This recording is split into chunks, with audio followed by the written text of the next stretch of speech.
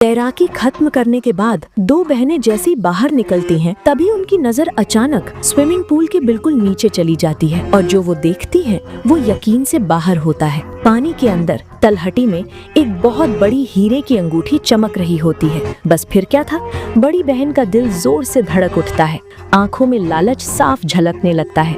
वो चारों तरफ देखती है, कोई नहीं, पूरा हॉल लगभग खाली, और बिना ज्यादा सोचे वो सीधा पानी में छलांग लगा देती है ताकि उस अंगूठी को अपना बना सके। लेकिन जैसे ही वो अंगूठी पकड़ती है, उसे एहसास होता है कि कुछ गड़बड़ है।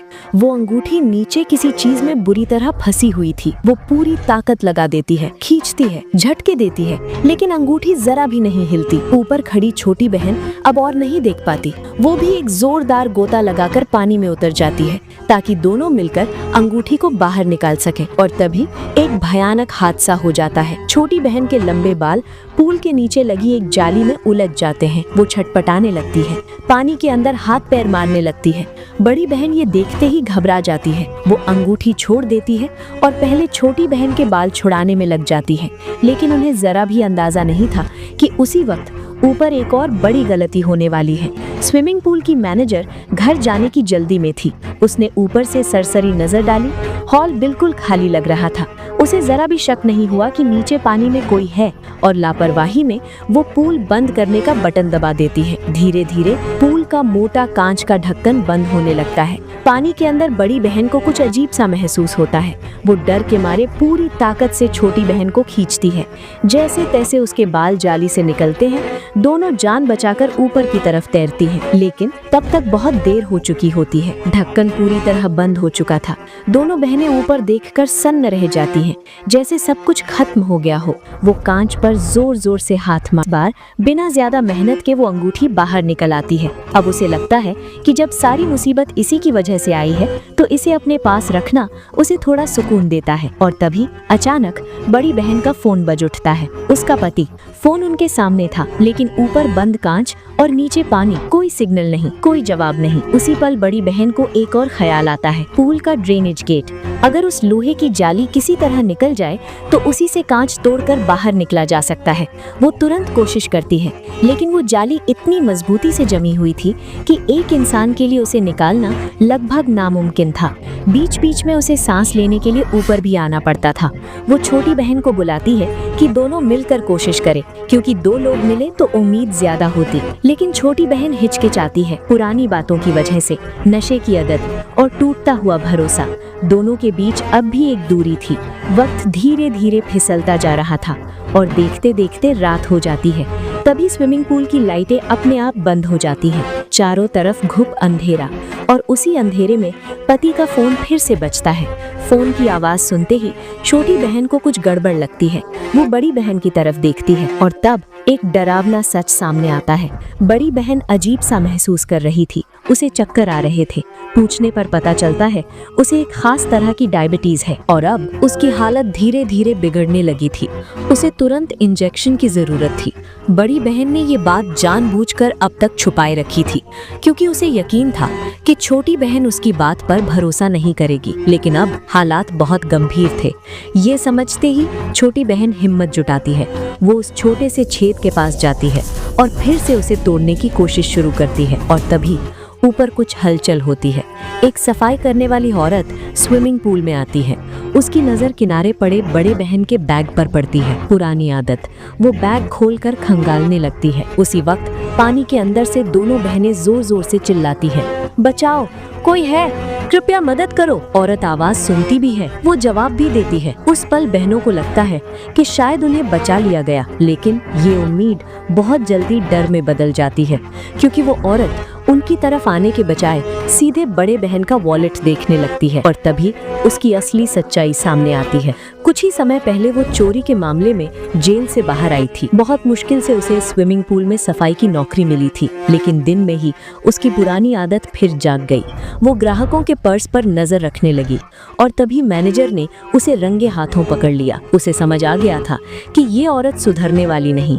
मैनेजर ने उस औरत को उसी वक्त नौकरी से निकाल दिया था। बस इतना कहा गया था, आज की आखिरी शिफ्ट पूरी करो और उसके बाद यहाँ मत आना। औरत ने सोचा, सफाई करूंगी और सीधे निकल जाऊंगी। लेकिन किस्मत ने उसके सामने एक ऐसी चीज रख दी, 2 बहनें पूल के अंदर फंसी हुई। उसके लिए ये किसी खजाने से कम नहीं था। वो समझ गई थी कि आज हाथ आया मौका दोबारा नहीं मिलेगा। औरत को सालों का जुर्म का तजुर्बा था। उसकी नजर सीधे कैमरों पर पड़ी और बिना एक पल गंवाए वो कंट्रोल रूम में घुसी और सारे कैमरे बंद कर दिए। अब जो कुछ भी होगा कोई नहीं देखेगा। वो वापस आती है और बहनों से कहती है, अगर जिंदा बाहर निकलना है तो पहले अपने बैंक कार्ड का पासवर्ड बताओ ताकि उन्हें पूरी तरह तोड़ सके। उसने एक और घिनौना काम किया। उसने पूल का हीटर बंद कर दिया। पानी धीरे धीरे बर्फ जैसा ठंडा होने लगा। उसका इरादा साफ था, वो दोनों को ठंड से मार डालना चाहती थी। जान बचाने के लिए बड़ी बहन को झुकना पड़ा। भले ही मन नहीं था, लेकिन जिंदगी के सामने लालच छोटा पड़ गया। वो पासवर्ड बता देती है। औरत कहती है, पहले बैंक जाकर जांच करूंगी, अगर सब सही हुआ तो लौटकर तुम्हें बाहर निकालूंगी। और ये कहकर वो चली जाती है। पूल के अंदर दोनों बहनें एक दूसरे से लिपट जाती हैं ताकि शरीर में थोड़ी सी गर्मी बची रहे। वक्त रेंगता हुआ गुजर रहा था और बड़ी बहन की हालत हर पल बिगड़ती जा रही थी। छोटी बहन बेबस होकर उसे देखती रहती है। उसे नहीं पता वो औरत कभी वापस आएगी भी या नहीं। अब उसके पास कोई रास्ता नहीं बचा था। वो फिर से पानी में उतरती है, उस लोहे की जाली को निकालने की कोशिश करती है, लेकिन पानी इतना ठंडा था कि कुछ ही देर में हाथ सुन्न पड़ जाते हैं। मजबूर होकर वो ऊपर आती है और तभी उसकी नजर बड़ी बहन पर पड़ती है। वो बेहोश हो चुकी थी। छोटी बहन घबरा जाती है।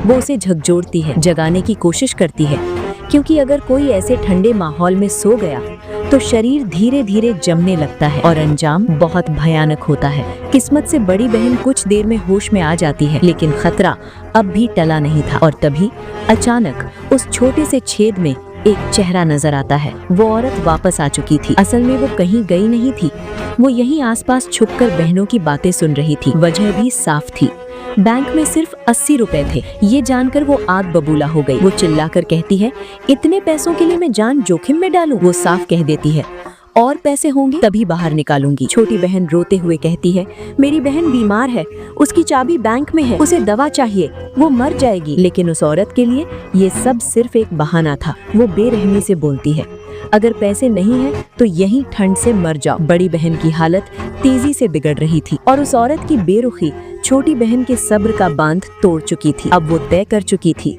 या तो आज बचेंगे या यहीं मरेंगे। वो चुपचाप वो कांच का टुकड़ा उठाती है, उसे घिस घिस कर एक तेज धार वाली छुरी बना लेती है। फिर वो पछतावे का नाटक करती है और उस औरत को बुलाती है। कहती है, मुझे पता है मेरी बहन का पैसा कहाँ छुपा है। छोटी बहन धीरे से कहती है, पास आओ, मैं सब बता दूंगी। लालच में अंधी वो औरत बिना किसी शक के अपना कान उस छोटे से छेद के पास ले आती है और बस यही उसकी सबसे बड़ी गलती थी। छोटी बहन एक पल भी जाया नहीं करती। वो सही मौका देखकर कांच का नुकीला टुकड़ा पूरी ताकत से उसकी तरफ घोंप देती है। औरत चीख उठती है, लेकिन ये वार बहनों के लिए आजादी नहीं बल्कि एक नई तबाही लेकर आता है। जेल से निकली वो औरत किसी भी हाल में सुधरने वाली नहीं थी। दर्द और गुस्से में उसका असली चेहरा बाहर आ जाता है। दोनों को सजा देने के लिए वो सीधे पूल का वाटर सिस्टम चालू कर देती है। अगले ही पल तेज धार के साथ ढेर सारा पानी पूल में घुसने लगता है और उस पानी में ऐसे रसायन भी मिले होते हैं जो इंसानी शरीर के लिए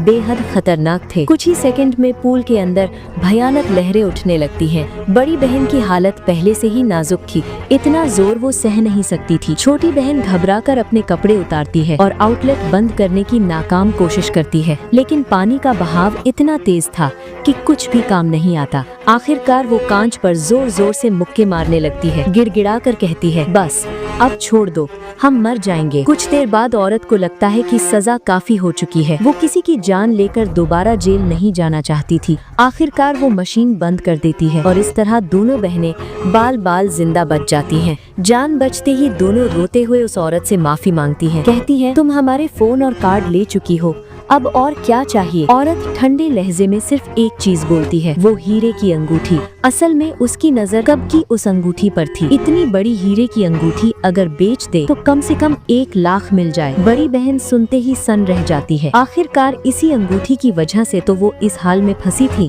अगर ये भी दे दी तो जो कुछ सहा सब बेकार। लेकिन जिंदगी के सामने जिद भी टूट जाती है। आंखों में आंसू लिए वो अंगूठी बाहर बढ़ा देती है। औरत कंट्रोल पैनल पर जाती है, पासवर्ड डालती है, 1 बार 2 बार, लेकिन कुछ नहीं होता। वो दोबारा कोशिश करती है, फिर भी कांच का दरवाजा हिलता तक नहीं। तभी एक और सच्चाई सामने आती है। मैनेजर को उस पर शक था और उसने 1 महीने पहले ही पासवर्ड बदल दिया था। अब औरत के पास कोई रास्ता नहीं था। वो बहनों से कहती है, माफ करना, अब तुम्हें खुद ही रास्ता निकालना होगा। बड़ी बहन उसे रोकने की कोशिश करती है, कहती है पुलिस बुला लेते हैं, सब ठीक हो जाएगा। लेकिन औरत ये सुनते ही घबरा जाती है। अगर पुलिस आई तो उसकी सारी गलतियाँ सामने आ जाएंगी और वो फिर से जेल में होगी। वो औरत किसी की बात सुने बिना बेरहमी से मना कर देती है और बिना पीछे देखे वहाँ से चली जाती है। वक्त धीरे धीरे रेत की तरह हाथ से फिसल रहा था। हर गुजरते पल के साथ बड़ी बहन की हालत और बिगड़ती जा रही थी। अगर अब इंजेक्शन नहीं मिला तो उसकी जान जाना तय था। आखिरकार छोटी बहन एक आखिरी फैसला लेती है। वो फिर से पानी के अंदर उतरती है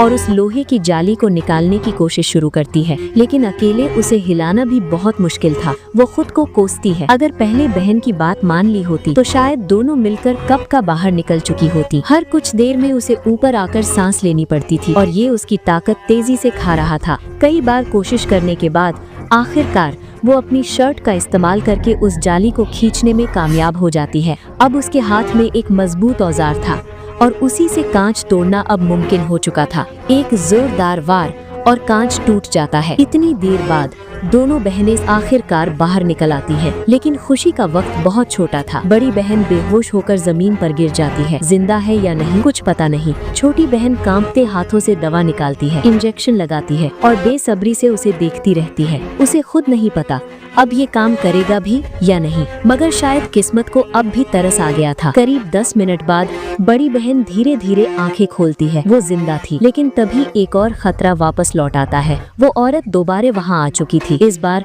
उसके हाथ में एक बंदूक थी। असल में उसे डर था कि अगर बहनें बच गईं तो पुलिस के पास जाएंगी और फिर उसकी पूरी जिंदगी जेल में कटेगी। इसलिए वो देखने लौटी थी और जैसा उसने सोचा था वैसा ही हुआ। दोनों बहनें वाकई बाहर निकल चुकी थी। छोटी बहन हाथ जोड़कर कहती है, हम पुलिस के पास नहीं जाएंगी। आज जिंदा रहना ही हमारे लिए सबसे बड़ी जीत है। वो अब और मुसीबत नहीं चाहती थी। कुछ पल तक वो औरत चुपचाप उन्हें देखती रहती है, फिर धीरे धीरे वो बंदूक नीचे कर देती है। शायद अब भी उसके अंदर थोड़ी इंसानियत बाकी थी। वो समझ जाती है कि अगर आज भी गलत रास्ता चुना तो जिंदगी भर इसका पछतावा रहेगा। अब भी वक्त था सुधरने का और जाते जाते वो वही हीरे की अंगूठी बहनों को लौटा देती है। इस तरह दोनों बहनें आखिरकार बच जाती है और उस दिन उन्हें एक बात समझ आ जाती है कि जिंदगी से बढ़कर कोई दौलत नहीं, कोई अंगूठी, कोई पैसा उसके बराबर नहीं। जो अपने पास है, जिन्हें आप रोज नजरअंदाज करते हैं, वही असल खजाना है। क्योंकि जिंदगी में अक्सर ऐसा होता है, हम सब कुछ अपने पास होने के बावजूद